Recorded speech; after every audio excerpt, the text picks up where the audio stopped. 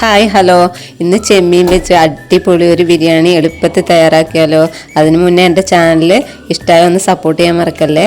ഇതാ ഇപ്പം സബോള 5 സബോള ചെറുതായിട്ട് കട്ട് ചെയ്തെടുത്തതും 4 തക്കാളി കട്ട് ചെയ്തതും കൂടെ ഒരു കുക്കറിലേക്ക് ഇട്ട് കൊടുത്തിട്ടുണ്ട്. അതിലേക്ക് അല്പം മഞ്ഞൾപ്പൊടിയും പിന്നെ ആവശ്യത്തിന് ഉപ്പ് കൂടെ ചേർത്ത് കൊടുക്കുന്നുണ്ട്. പിന്നെ ഇതാ ഉപ്പും കൂടെ ചേർത്ത് കൊടുക്കുകയാണ്. ഇനി കുക്കർ അടച്ച് വേവാനായിട്ട് വെച്ച് കൊടുക്കുക.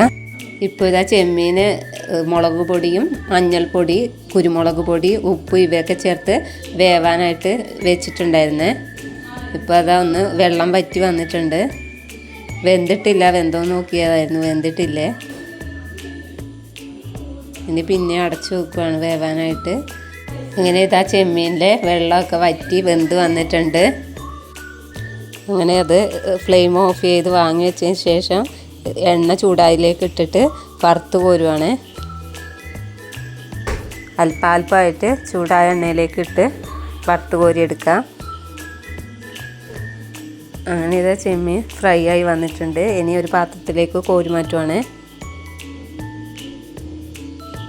അങ്ങനെ ചെമ്മീൻ ഫ്രൈ തയ്യാറായിട്ടുണ്ട്. ഇനിയിപ്പം ബിരിയാണി വെക്കാനുള്ള ചോറ് തയ്യാറാക്കണം. അതിനിടയിൽ സാധാരണ തയ്യാറാക്കുന്ന പോലെ തന്നെയാണ്. പിന്നെ ഇത് ചോറൊക്കെ റെഡിയായി വന്നിട്ടുണ്ട്.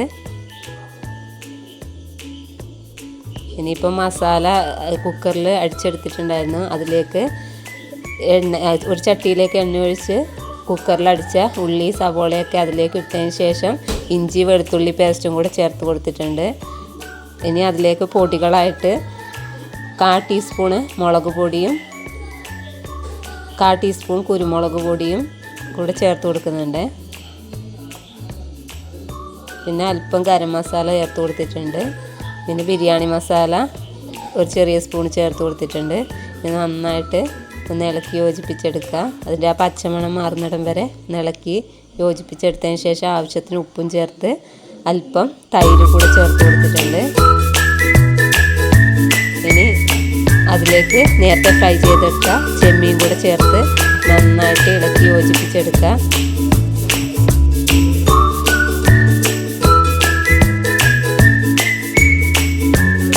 അങ്ങനെയൊക്കെ മസാല അടിപൊളിയായി വന്നിട്ടുണ്ട്.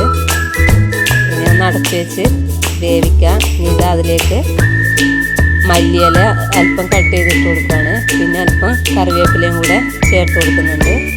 അങ്ങനെ ഇതാ ഇനി ദമ്മിടാനും വേണ്ടിയിട്ട് ചോറിട്ട് കൊടുത്തിട്ടുണ്ട്. അതിലേക്ക് അല്പം മല്ലിയില ഇട്ട് കൊടുത്തതിന് ശേഷം അല്പം മഞ്ഞളിനകത്ത് ചെറുനാരങ്ങ നീരും കൂടെ ചേർത്താണ് കളറാക്കുന്നത്. അതും കൂടെ ഒന്ന് ഒഴിച്ച് കൊടുത്തതിന് ശേഷം അതിലേക്ക് തയ്യാറാക്കി വെച്ച ചെമ്മീൻ മസാല ചേർത്ത് കൊടുക്കുന്നുണ്ട്. എന്നിട്ട് അതിന് മുകളിൽ ദമ്മിട്ട് കൊടുക്കുകയാണ്, ചോറിട്ട് കൊടുക്കുകയാണ്. പിന്നെ അങ്ങനെ 2 ലെയറായിട്ടാണ് ചെയ്തെടുക്കുന്നത്. അങ്ങനെ മുകളിൽ ലാസ്റ്റ് ചെറുനാരങ്ങ നീരും മഞ്ഞൾപ്പൊടിയും കൂടെ ചേർത്ത് ആ കളറ് ചേർത്ത് കൊടുക്കുകയാണ്. അങ്ങനെ ഇതാ ചോറ് ദമ്മിട്ട് എടുത്തിട്ടുണ്ട്. അടിപൊളിയായി വന്നിട്ടുണ്ട്. മുകളിൽ മല്ലിയിലയൊക്കെ ചേർത്തി കൊടുത്തിട്ടുണ്ട്. അങ്ങനെ ഇതാ വിളമ്പുവാണ്. കഴിക്കാനായിട്ട് അടിപൊളിയായി വന്നിട്ടുണ്ട്. എളുപ്പത്തിൽ തയ്യാറാക്കാൻ പറ്റുന്ന അടിപൊളി ചെമ്മീൻ ബിരിയാണിയാണ്. അപ്പോൾ ഇന്നത്തെ വീഡിയോ ഇഷ്ടമായ സപ്പോർട്ട് ചെയ്യാൻ മറക്കല്ലേ. Thanks for watching.